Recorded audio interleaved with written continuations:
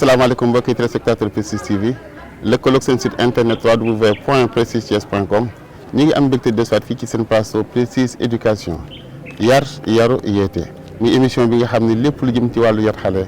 ànd xale tàggat xale gunge xale émission bi dina ko leeral faram-fàcce ko ànd kook ay borom xam-xam ay kàngam yoo xam ne dañu leen di invité saa su ne ñu toog ànd ñun bokk ñun plateau bi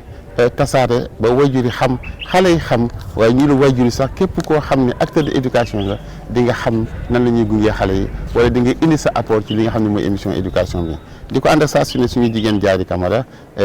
di ko nuyu di ko ziara jaaruma li nii. maa ngi lay fay Jawe di am contentement di dellusiwaat suñu émission Prestige éducation ginnaaw bi nga xamante ni bëroon nañu ci nga xamante ne mooy campagne électorale bi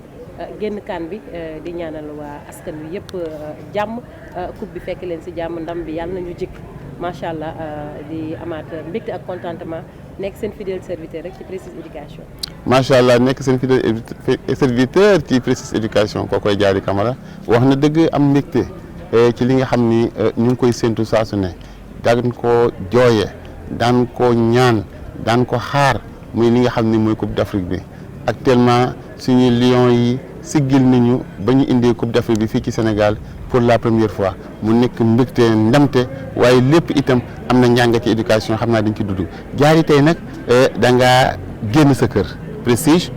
comme ni nga koy defee rek dugg ci dëkk bi Thiès. tey fi nga nekk fan la ak koo ñuy présenté koo ñuy booleel. waaw fi ma nekk fan la boo gisee suñu décor bi nga xamante ne benn la ci école yi mi nga naan liñ naan ko école collège Daniel collège Saint-Gap voilà collège Saint-Gap moom la ñu defee tey génn tey ñëw doxantu fi di nuyuwaale le préfet Ngom bi nga xamante ne tey moo ñu dalal fii nga xamante ne moom mooy collège Saint-Gabriel bu Thiès di am nag gan gu màgg goo xamante ne dootuñu ko présenté fii ci Thiès ku dégg Alfred Badara Camara xam ne ku ko xam ne jàngalekat la ku ko xam ne éducation rek moom moo ko ñor mais aussi moom ki nga xam ne mooy secrétaire général KUKEF bu Thiès mais aussi nekk directeur d'école fee nga xam ne mooy ci Xodaba nekk dans le département IEF département la bokk kon Alfred Camara moom mooy suñu ganu tey. merci beaucoup Diary gan googu jar naa présenté di nuyu de passage sama xarit Jean voilà le directeur de collectivité éducative. voilà Diary ngeen ni ma Alfred mu nekk koo xam ne ñu ngi ko tuddee rek duñ ci jaaraat dañ koy bàyyi moom dalal ko ci li nga xam ni moom la bëgg muy éducation xam nga ku jàngale ba nekk directeur d'école am ko la éducation toll ndax bëri na ñoo xam ne xusuñ ci éducation dañ cee génn duñ ko egg rek waaye bu demee ba nekk directeur d'école continue di jàngale topp xale yi kon éducation ñor na ko Alfred sa émission éducation ngoog ñu ngi lay nuyu di dalal. jërëjëf Diawy Kouyaté jërëjëf Diawy Kouyaté jërëjëf sama sœur sama xarit Diary Camara maa ngi nuyu ñëpp di am kontante maa bu rëy sax pour ñëw participer ci émission yar yaru yeete muy ay valeurs yoo xam ne duñu commencer di ko ñàkk au niveau de notre pays et valeurs yooyu tey ngeen ñëw jël ko def ko émission tuddee ko ab émission pour delloo ci nit ñi ci lu jëm ci mbirum yar ci mbirum yaru ak yeete muy loo xam ne moo mën a développer pays loo xam ne ñun ci njàngale bi loolu ñuy inculquer élèves yi mënuñu su dul contentement bu rëy bu nga ñu ci invité ñu war ci participer joxe ci suñu xam-xam lu ñu ci mën a indi di gërëm aussi vraiment di féliciter comme na ngeen ko defee rek les joueurs du Sénégal suite à leur grande victoire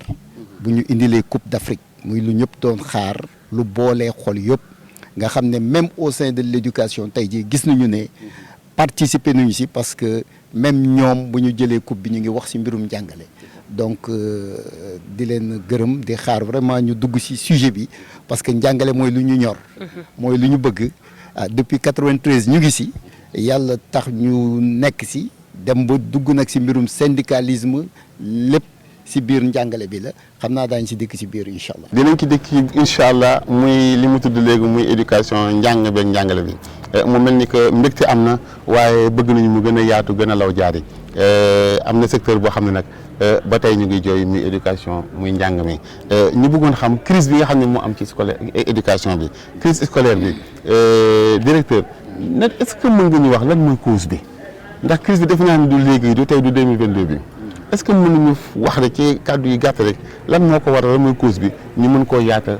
développer ko. waaw jërëjëf Serigne Kouaté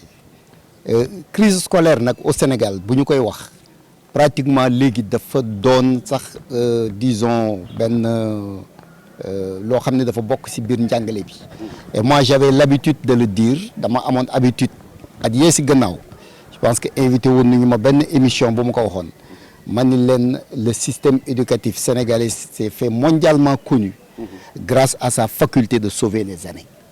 année bu nekk du ñu koy sauver dootul doon ay années yu ñuy jàngale loolu rek crise la chaque année on parle de sauver l'année sauver l'année sauver l'année ah lu ko indi nag mooy des grèves répétitives grèves yi enseignants yi la élèves yi la lu ci ëpp sax ci grève lu ñu ko xamee woon élèves mais dafa mujj dem ba finalement boule bi dafa tourner l'exception est devenue pratiquement la règle ñun grève bi mujj retourner enseignants yee ko yore les syndicats d'enseignants nekk ci syndicat d'enseignants yi nag am nañu lu ñu teg ne moom lu ñu kuloo parce que xeex nañu ci xeex ba dem ba ànd ak état bi mujj d'accord ak ñun ci benn protocole d'accord boo xam ne dafa waxoon ne c'est réaliste et c'est réalisable que lu ñu fi doon signé yëpp nit ñi doon ko wax mënuñu ko mais bii pas ñoom daañu ko def parce que ñoom ñoo ko signé mën nañu ko mais il s'est trouvé que depuis 2014 ce protocole là toujours mooy doon nœud bi parce que lu ñu waxante waxoon ne duñ koy def échéancier bi dépassé na vraiment gisuñu ci dara au contraire même dafa gën a bare ay écart ci biir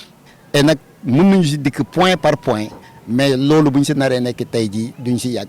beneen bu ci des bi mooy privatisation de l'école dem nañu ba jàngalekat yi tiit nañu ne actuellement ñoom école bu ñu gis dootul école boo xam ne école publique lay doon mais dafa nar a doon lépp école privée parce que gis nañu ne tey jii ci biir njàngale bi finalement état lu mu ci participer ci lu ñuy wàññi la te ñoom seen bopp lu ñuy war a jot sax problème la finalement ce sont les parents ñoom seen bopp ñoom ñoo ci dugg muy privatisation de l'école beneen bi ci aussi moo doon lu jëmoon ci mbirum modèles yi amatuñu aussi ay modèles au niveau de l'école il faut le dire recrutement bi am na problème formation bi am na problème ba finalement école ñu ciy dugg di jàngale finalement du ñuy am ay problème ba loolu aussi dafa nekk ci loo xam ne dafa gën a yëngal système bi donc loolu yëpp vraiment muy problème yoo xam ne tey bu ma koy wax dafa doon des problèmes multiformes et multidimensionnels au niveau de l'école que régler ko tey ça nécessite effectivement benn kii bu nit ñëpp war a dajale war a toog table ronde. merci beaucoup Diar yaa ngi dégg loolu de. waaw bu baax a baax parce que causes yi graaw na mais causes yi je pense que bu ci gën a leer defe naa ni wax na ko sànq mooy li nga wax mooy question bi nga ko posé ne ko lan moo tax depuis lors mënuñu am satisfaction par rapport ak les revendications ma jàpp ne mën na nekk dëgg mën na bañ a nekk dëgg moom après dina ci tontu. mooy li nga xamante ne grève répétitive yi nga xam ni mooy am. Est-ce que du manque de cohésion des syndicats moom moo ko indi Alfred. jërëjëf parce que tamit li naan ndaama yóbbu njool waaye tamit boo yebee njool ca doxin bala. waaw jërëjëf soxna Diary certes loolu ngay wax duñu ci ànd parce que tey jii si biir manque de cohésion boobu moo indi tey jii ba syndicat yi seen biir bu ñu xoolaatee boo xoolee ba si biir on ne parle pratiquement que de 2 grands cadres actuellement pratiquement je peux dire que cette cohésion am na on parle aujourd'hui du G20 on parle aujourd'hui du G7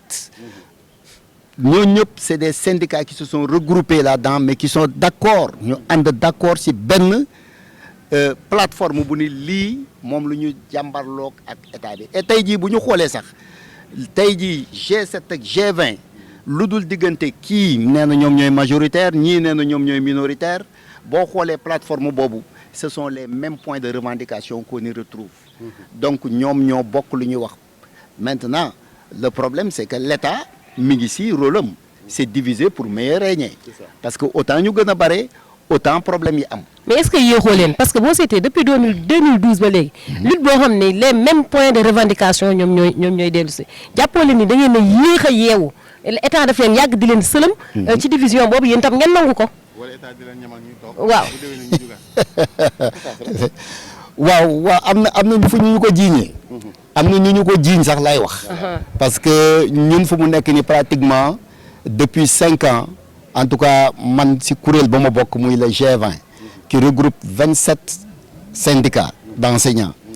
dont le Grand Sud-Est nga xam ne pratiquement mën naa wax tey jii lépp lu ñu am si éducation muy indemnité de logement muy indemnité d'enseignement ba tey jii professeurs yi lu ñuy xëccu di wax ne ñu leen yokkal enseignement te amuñu ko woon lépp si le Grand Sud-Est la jógee tey le Grand Sud-Est boobu mi ngi bokk si biir G20 donc tey ñun ñu ngi fa mais depuis 5 ans l'État pratiquement daf ni day discuter un groupe de 7 yu mu ne moom la jàpp ne ñoom ils sont majoritaires donc 7 yooyu ñun tey ñoom ñoo redevable c'est eux qui doivent donner des comptes c'est eux qui doivent rendre des comptes en tout cas nous depuis 5 ans on est sur le terrain on se bat pour ces mêmes problèmes pendant ce temps nit ñi xeexuñu woon ña nga toogoon di négocier ñoom négociation bi tey dem nañu ba tey l'histoire nous a donné raison parce que tey fekk si nañu si biir xeex bi ndax lu ñu doon xeex ñun démb ak bërki démb tey ñoom ñëw nañu ne effectivement loolu dëgg la donc ñun tey je peux dire que ne amul lu ñuy mën a wax suñu bopp c'est vrai que la ngay wax crise bi gën na yokk sax la ngay wax ne 2014 parce que tey boo xoolee l'État avait des opportunités pour régler pas mal de problèmes n'oubliez pas que ne en 1981 ils avaient les états généraux de l'éducation qui étaient aussi benn plateau boo xam ne tey vraiment l'État avait pris des engagements fermes mu am ay recommandations yu génn yoo xam ne waroon na permettre état bi mën si génn bu ñu jógee 81 en 2013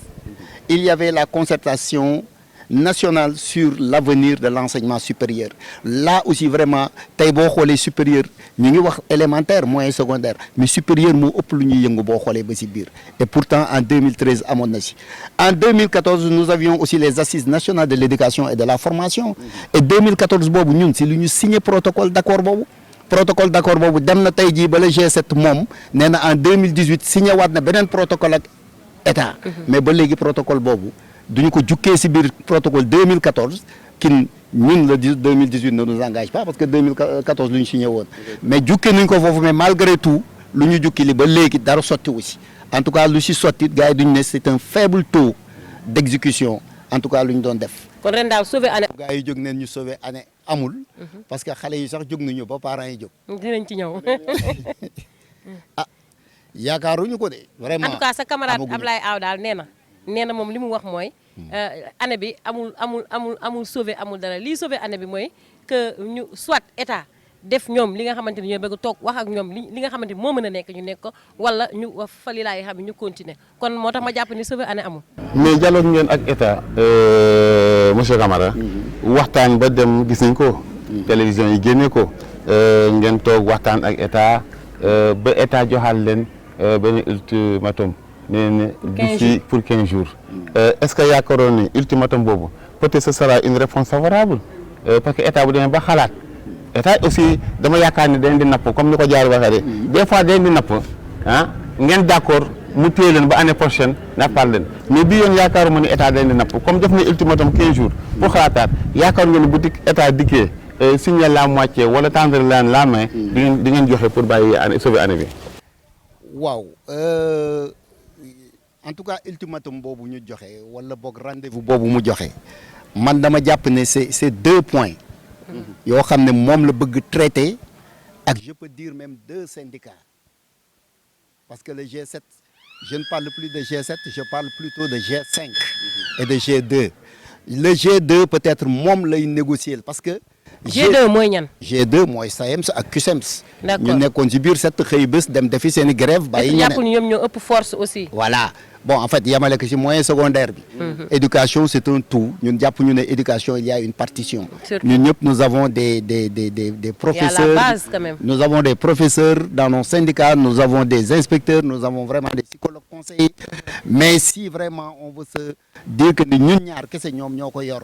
ñu toog ñu dem grève. certes tey état bi woo na leen ba muy woo nag G7 lay woo parce que G7 moom mooy seen socle ñooy seen répondant mais lan lu ñu wax ne lu ñu fay waxtaanee mooy le système de rémunération des agents de l'État ak la création du corps des administrateurs de l'éducation. Mais non, ça ne va pas être sauvé. Ce n'est pas suffisant parce qu'il y a un problème extrêmement important. Bon, d'abord les lenteurs administratives. Surtout. Nini, tu es pendant 20 ans, tu ne peux pas avancer. Bon, demain, d'ailleurs, on a parlé de dématérialisation. Jusqu'à présent, cette dématérialisation, ça a débuté, mais qu'elle n'a pas. Mais le problème des décisionnaires, aussi sur le premier point, en tout cas au niveau du G20. Parce que ces décisionnaires-là, ce sont des agents de l'État comme nous, mais nous, ils les appellent des agents non fonctionnaires.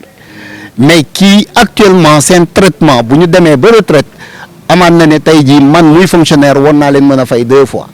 alors que ñuy def même liggéey bi mais ñu am un traitement boo xam ne inéquité totale dans ce système là mais nous on demande maintenant que cela soit résolu et soit réglé en changeant effectivement les textes réglementaires qui ont mis ça en place. C'est des textes. Mais est-ce que jàppoon ni l'inéquité salariale boobu est-ce que du G2 bi la arrangé parce que li ma si gën a jaaxal mooy c'est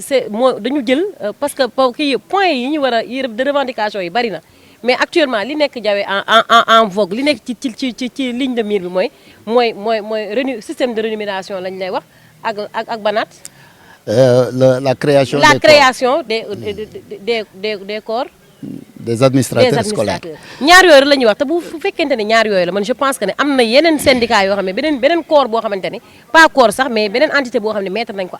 en rate est-ce que yéen loolu yéen di ngeen ko nangu parce que yow boo seetee syndicat bi ngay représenté c'est au niveau de l'élémentaire bien vrai que y a des professeurs que y a des inspecteurs mais bu ñu xoolee yéen seen base c'est l'élémentaire te l'élémentaire bi ñoom ñoo gën boo seetee ñoom ñoo gën a souffrir ci li nga xamante ni moom mooy plan d'action bi nga xamante ni moom la ñuy dérouler. Wow. En tout cas, par rapport au système de rémunération des agents de l'État, nous donnons table. L'État avait lancé un appel d'offres pour un cabinet MGP Afrique gagné en 2014. Def enquête ba tek ay conclusion bu mu tegee conclusion yi lu mu ci waxone mo don que gis na né en tout cas si agents de l'État yi ce sont les enseignants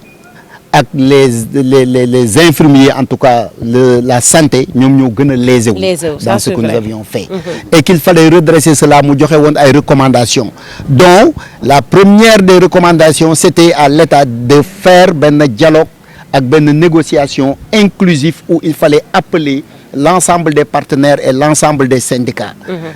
Ce que l'État n'avait pas fait, nous faut le garder. Mais si nous avons ce système de rémunération, en réalité, système de rémunération, même nous parce que le système de rémunération, ça porte plutôt sur le point indiciaire. Et qu'on a un problème pour nous. Parce que les éléments déterminés, tout simplement, la rémunération, c'est plutôt le point indiciaire, c'est plutôt l'indemnité d'enseignement, etc. Maintenant, là où le G2 peut-être veut mettre le doigt, et que là où même le système dit que l'IMO indi problème bi, moi sur les indemnités. C'est-à-dire indemnité de logement à Bignum, c'est là où le G2 voudrait que cette indemnité soit graduée, soit différenciée. Alors que nous, en tout cas au niveau du G20, où il y a des syndicats très forts dans le sud-est qui, université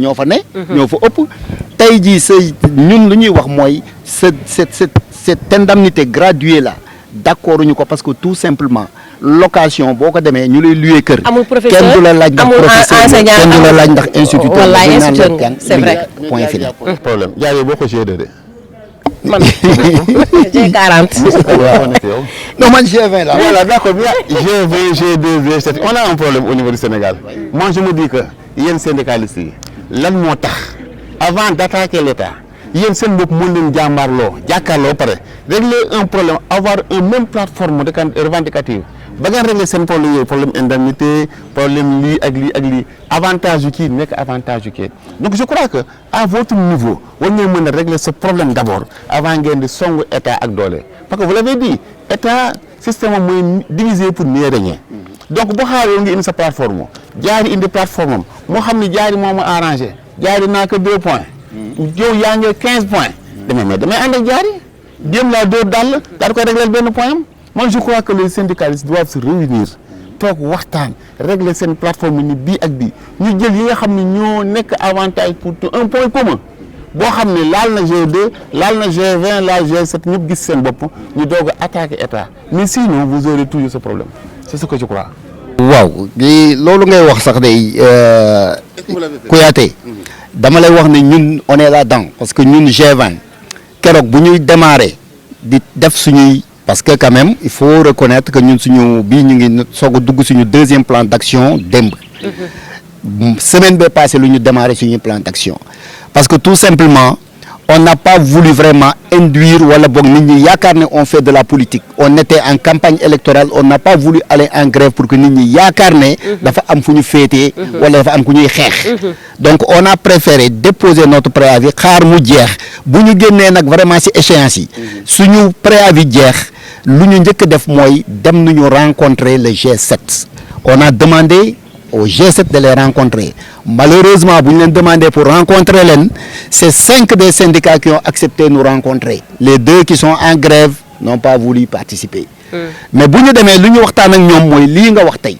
nu ñu xàccandoo dóorandoo parce que lu ñuy wut yëpp benn la. Dame Mbodj moom Dame Mbodj il a crié haut et fort et partout. Il est dans le G20. Dame Mbodj donc ñun ñëpp on a dit la même chose xàccandoo dóorandoo tey jii boo xoolee ba ci biir les 5 syndicats du G7 plus le G20 ont le même plan d'action tey jii ñoom ñu ngi ci grève ñun ñu ngi ci grève suba ñu ngi ci grève ñoom ñu ngi ci grève gannaaw suba ñoom ñooy dem grève ñun fekk na ñu démarrer woon njëkk leen démarrer on arrête mais après on continue ensemble donc on aura au moins l'ensemble des syndicats yu demandoo benn yoon mais dana am toujours ñaar ñoo xam ne ñoom nee nañu ànduñoo ak nit ñi ils vont ensemble voilà c'est ça effectivement Diary defe naa ni syndicalistes yi bu ñu leen toppee duñ fi jógee alors qu'on parle de la crise scolaire donc xale yi am nañ ci wàll parents yi am nañ ci wàll mu mel ni actuellement nii dañu nekk ci année boo xam ni année bu doy waar la dañ daan gis xale yi grève enseignants yi di jooy naan dañoo bañ a jàng ñu gis enseignants yi di grève xale yi ne dañoo bañ a jàngal mais ren on a observé que enseignants xale même parents dañu àndandoo di grève donc ça pose problème loolu lan moo ko indi. waaw il y a un problème parce que mooy li ñu wax rek ren moom les gens sont déterminés parce que certes boo xoolee année yëpp passé le G20 moo doon dem à grève il y avait peut-être le G7 qui se disait majoritaire ñoo xam ne dañoo toogoon ne dañoo am lu ñu signé ak état bi ils attendent mais ren il s'est trouvé que ñun sax avant ñuy dem une partie du G7 jóg nañu dem grève boobu dem ñu ni ñoom du ñu baax ñun ñëpp ñu ñëw fekk ci leen te ñun on a cherché la jonction pour que ñu demandoo ensemble donc tey jii te comparaison n'est pas raison mais lu chauffeur yi réussir dafa jox aussi doole les autres syndicats ils se disent que si on y va ensemble si on tient bon on y arrivera. mais chauffeur yi dañoo manqué te gëm ko de. merci beneen bu ci des bi nag mooy les élèves aussi ils ont leur avenir et comme je l'ai dit je vous ai dit que notre spécificité au Sénégal mondialement reconnue c'est de sauver l'année les élèves cette année-ci ne veulent pas qu'on sauve l'année ils veulent que l'année soit vraiment une année normale donc très tôt ñoom it ils ont compris que ces gens-là aussi à un moment donné ils risquent d'être entre le marteau et l'enclume c'est pourquoi ñoom bu ñu génnee ils ont dit que ñoom dañoo bëgg ñu jàngal leen mais nag si biir jàngal boobu dafa am lu ci nekk parce que temps il faut comprendre que bu ñuy wax loolu c'était pas l'élémentaire en fait la majeure partie des syndicats qui étaient en grève n'étaient pas de l'élémentaire mais les élèves criaient à haute et forte voix que ne ñoom duñu accepter nit ñi grève fii dem jàngale ji ci privé bi surtout donc kooku il y a aussi benn soubassement boo xam ne ça touche directement les professeurs il faut aussi oser dire la vérité waaw xale yi nanguwuñu tey ñu sacrifier leen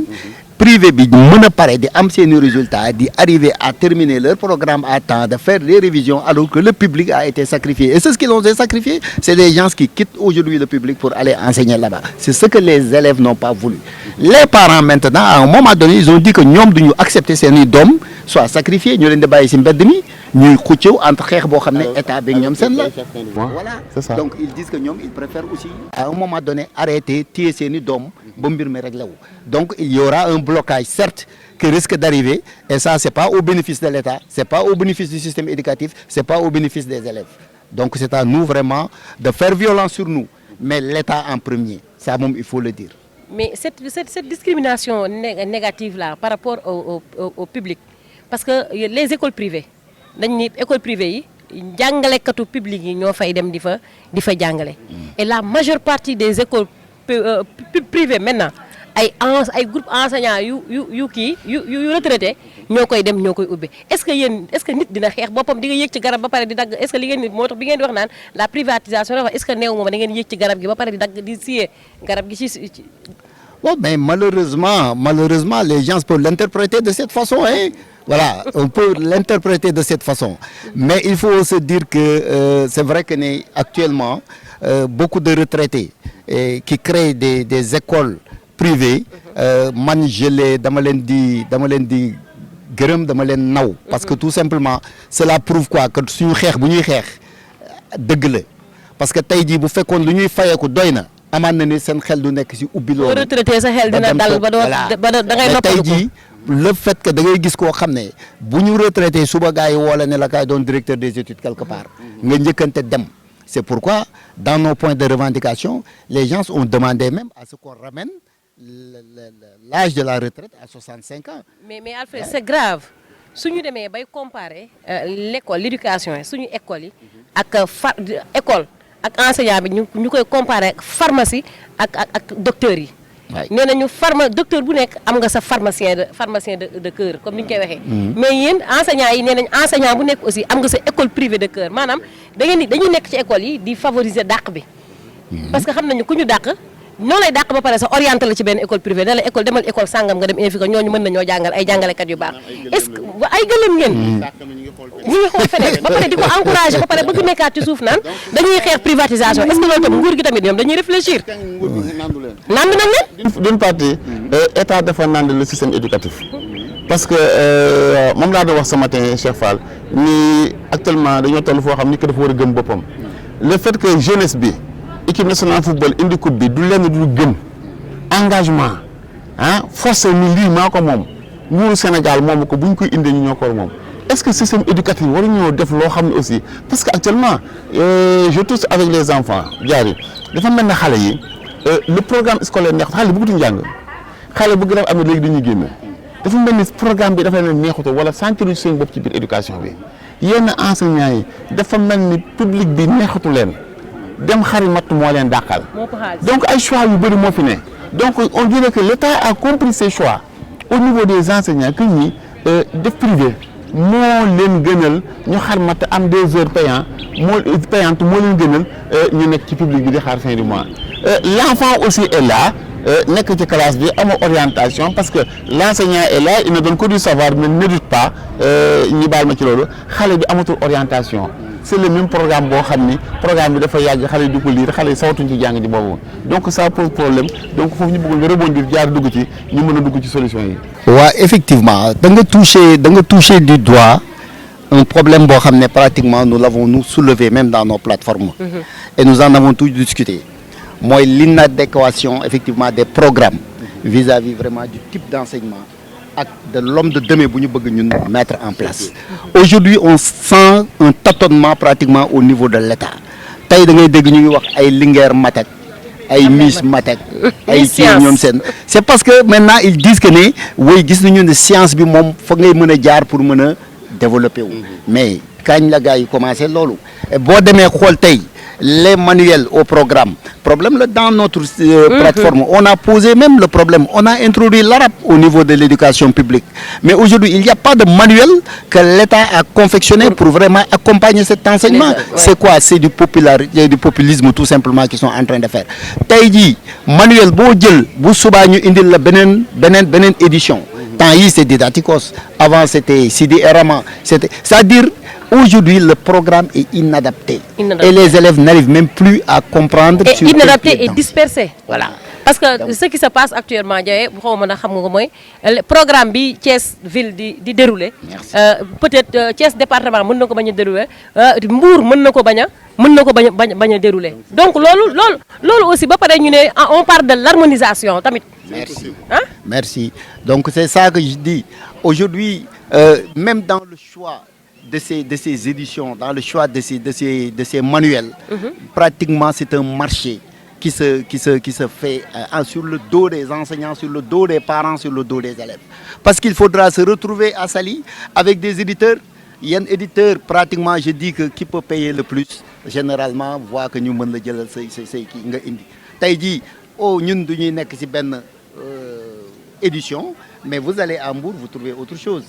Qui est complètement... Mais Taïdi, vous devez vous retrouver maintenant au sommet. Nous allons un programme en fin d'année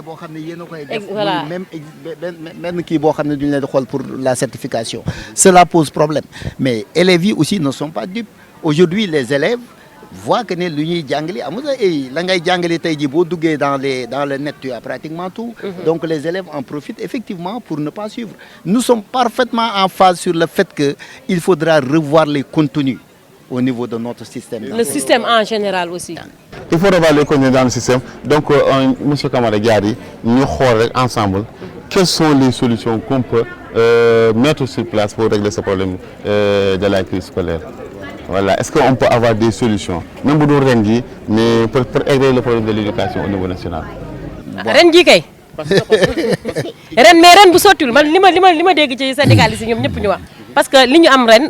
surtout li ñu am ci moment bi musuñu ko am pratiquement que presque la totalité des syndicats ñun tombé d'accord ci benn point benn ci ay point natt ko ba bare tombé d'accord ne ñoom benn kàddu gi la ñuy wax te moom la ñuy def donc je pense que ren c'est la bonne Alfred waaw ren gëm naa ne vraiment on tient le beau bout. Et je pense bien qu'en face de nous aussi, nous avons des personnes assez responsables. L'État, je pense que n'est aucun État quand même dans ce monde-là de Tognan, d'Amaïkher pour une partie de cette population. Surtout l'avenir de la population qui se trouve être les élèves, qui se trouve être les enfants. Donc, Nitaïdi, selon votre slogan, Yarbi, Yaru Agiyete, bu ñu demee tey jii ba xale yi nekk dans un système boo xam ne pratiquement duñu xamati lu ñuy wax wala gisatuñu fu ñu jëm xamatuñu fu ñu jëm je pense que c'est un problème. Donc lan moo ko mën a régler Diary wax na ko léegi il y a un début de solution. Moi je pense que l'étude sur le système de rémunération au sein de l'administration sénégalaise qui a été commanditée dafa joxe ay recommandations yu leer dafa waxoon carrément que pour commencer lépp lu ñu gis si problème inéquité bu am ci salaire yi mi ngi jógee entre les indemnités surtout les indemnités de logement les indemnités de fonction etc. Là je ne touche personne mais duma wax duma jaar ci benn corps parce que moi je suis dans le système éducatif mais quand on donne à un corps benn indemnité de fonction de judicature de 800 000 francs yëg di la jox benn indemnité de fonction de 200 000 francs ou 150 000 francs par mois ou 300 000 francs. Pendant ce temps, le directeur d'école qui est là a une indemnité, disons, de 12 000 francs, de 15 000 francs. Mais c'est pas... Quand on donne à une indemnité de logement de 1 million de francs, il y a une indemnité de logement, tu à peine 100 000 francs. Là où tu payes des locations pratiquement de 250 000 francs. Mais il y a problème. Donc moi, je pense qu'il faudrait commencer d'abord, comme l'a demandé les recommandations, à rationaliser ces indemnités de fonction, ces indemnités de suggestion, ces indemnités-là tout court. Pour nous rationaliser, de revenir sur le point indiciaire, donc appliquer les conclusions, je pense qu'il y aura d'ailleurs nous revenir sur le corps, la création du corps des administrateurs. Aujourd'hui, la fonction enseignante n'est plus attrayante.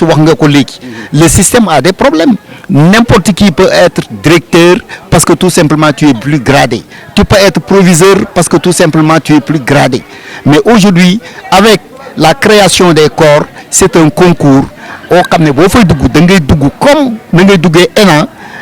il y aura des cycles, il y aura des filières,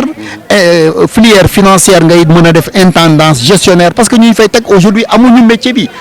Les écoles ont énormément de problèmes parce qu'il n'y a pas de management.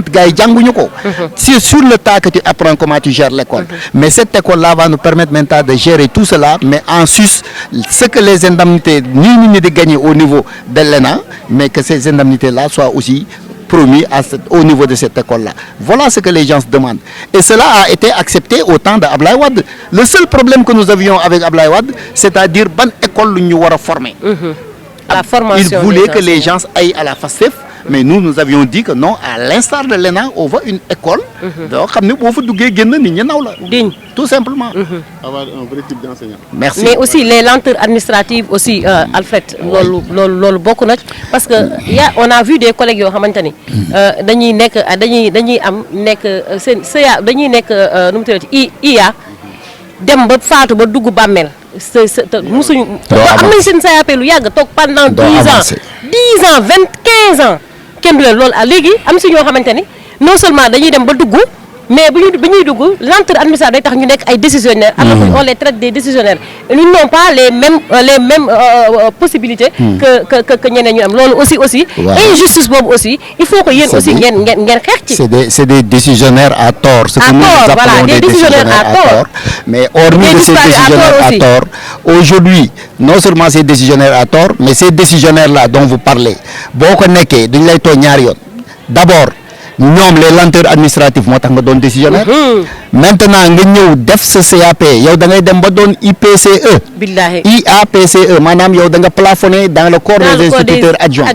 nga ñëw def sa CAP jàll ñu reclasser la tu deviens ID décisionnaire rétrogradé waat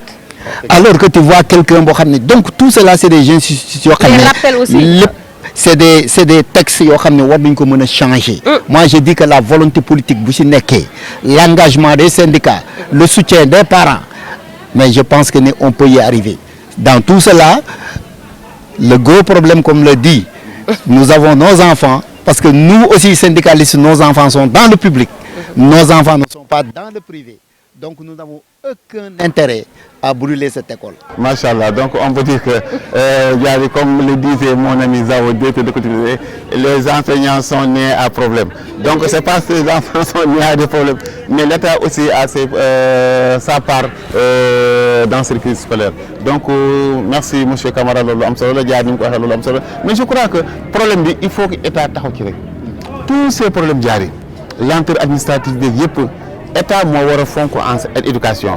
État moo war a damay ne ñaari bu ñu ko fonkee rek réew mi jóg muy éducation ak santé mais je vois que ñooñu ñëpp remarqué nañu ko et les parents ont constaté que ni ñu sàggane éducation bi nekkatul les enseignants nekkatul les élèves nekkatul ñoom parents yi mais état am na ci part parce que sans moyen kenn mën a avancer te li ñu ci wax ñëpp nag li ñuy wax ne instant yi dañoo bëgg a xaalis dañu ko gën a waxati ndaxte lenteur administrative ba tey ngeen wax te loolu lépp day jur xaalis donc mais xaalis ci la bokk aussi. non du jur xaalis sax mais c'est la carrière de l'enseignant qui est en jeu parce que du xaalis bi mais la carrière nit ki booy liggéey da nga am benn carrière professionnelle mais sa carrière professionnelle buñ la ko assuré wul mais moo indi li ñuy wax rek gars yi nekk fii wër matt di xar matt ci école privée yi loolu mënuñu ko bañ parce que état bu mettroon tous les enseignants à l'aise je pense que ni jàngale métti na métti goo xamante ne kenn talul am loo lekk am loo naan am loo naanee sa ataaya pare di génnaat wàcc ba ngoon di dawaat ci école yi jàpp. kon dafa mel ni day mel ni ku am BFM ñu la doon dem lycée. waaw da ngay nekk troisième ba faaw rek. wala c'est impossible. voilà parce que Diary lu muy wax c'est extrêmement vrai ndax da ngay dem tey si ab école jiitu fa nit. jiitu ko si njàngale bi yàlla def ngay décisionnaire doon IA. moom actuellement on les recrute au niveau du bac mu génn yore bagam ñëw en 2 ans 3 ans mu compétir doon sa directeur te mu wóor la ne yaa ko ëpp xam-xam boo jaaroon ci yoon bi tey jii yow yaa ko gën a gradé mais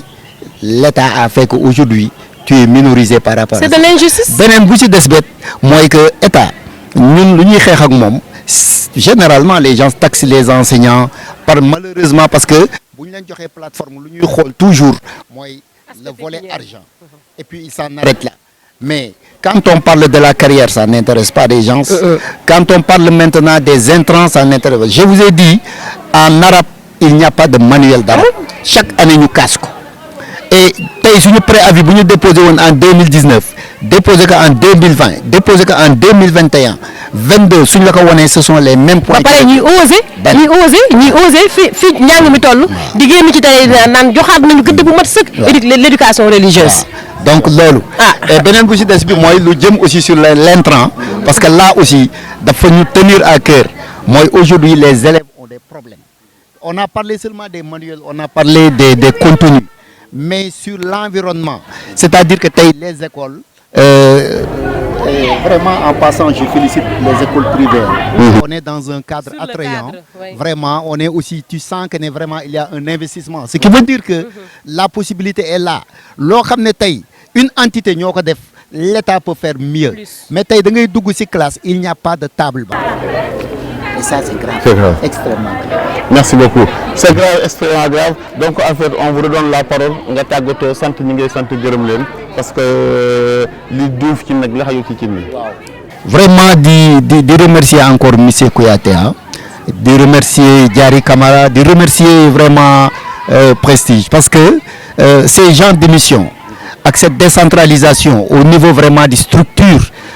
qui concernent effectivement ce système, je pense que c'est une très bonne chose. Et qu'on devrait vraiment encore multiplier cela, échanger même sur des thèmes bien ciblés. Absolument. Pour que les gens puissent vraiment parler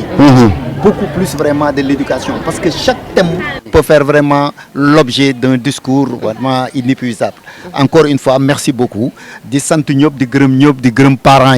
des Grem vraiment le grand technicien qui est là, qui a fait un travail extraordinaire, M. Fall. Et vraiment, merci à tous. Merci beaucoup, merci M. Camara. Diary, vraiment, il a été à la hauteur. Syndicalité Kassoul, mais de côté Kita. Plus qu'à la hauteur parce que li waxoon naa la ko au début ne moom éducation moo ko ñor da ci yàgg xarañ ci macha allah ñun ñuy toog ñëpp nekk ci éducation ñu bëri encadré nañu vraiment ba ñu am suñu CAP donc bu ñuy ndamu ci éducation moom da ciy am ay part moom ak ñoom Goumba Mbaye ñoom Bouba Georges l'inspecteur ñoom Kémo donc mënuma lim ñëpp mais maa ngi leen di remercier tout le grand groupe ba nga xam ne des grands cadres de QKEF maa ngi leen di remercier di leen wax ne cette année c'est la bonne. C'est la bonne. Pourquoi? Parce que bu ñu seetee ni xale yi ñi ngi ànd ak jàngalekat yi mais parents d'élèves yi dañoo taxaw takku aussi ànd ak jàngalekat ñi parce que ñi see am doole mën nañoo dem privé mais ñi amul doole ci public bi la ñuy génnee donc kon ñoom dañu taxaw et te même la solidarité bi ñuy sentir au niveau même des écoles privées sax dafa am. Parce que à chaque fois bu ñu xale yi public yi génnee da ngay gis xale privé yi ànd ak ñoom di saytu ça veut dire que ni la jeunesse maintenant sénégalaise dañu yeewu. xam nañ fan la dëgg gi ne te fi dëgg gi ne nag leer na naññ kon ñi nga xamante ni ñoo war a leeral dëgg gi nañ ko deeral muy état moo war a décanter situation bi ngir yàlla cette année c'est la bonne kenn du sauver école bi dañuy régler problème une bonne fois pour toutes ou bien on ferme les écoles benn année blanche moo ma gënal chaque année may am ay lacunes di ko dajale moo tax suñu niveau élèves yi daa di wàcc pour ñu éradiquer ko nag cette année c'est la bonne et j'espère que l'État va réagir parce que amul lu dul ay doomam amul lu dul ay xaleel ñoom ñooy avenir yu ëllëg di remercier monsieur Alfred vraiment ci disponibilité bi parce que dañ ko woo rek mu nangu accepter ñëw ce qui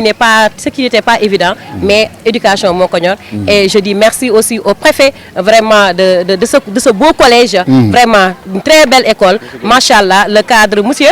monsieur Gomis vraiment on vous remercie et tout le personnel du collège merci beaucoup Diawe maa ngi lay gërëm di la sant. Merci Diary Camara merci monsieur Camara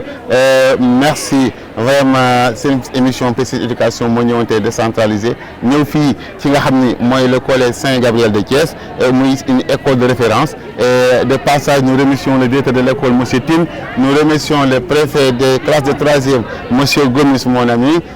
di remercier tout le personnel de l'école seen émission Prestige éducation yaru yeete moo fi ñëwoon et li leen jox dig day ci benn émission di wax tous les acteurs de l'éducation tous les formateurs képp koo xam ne am nga sa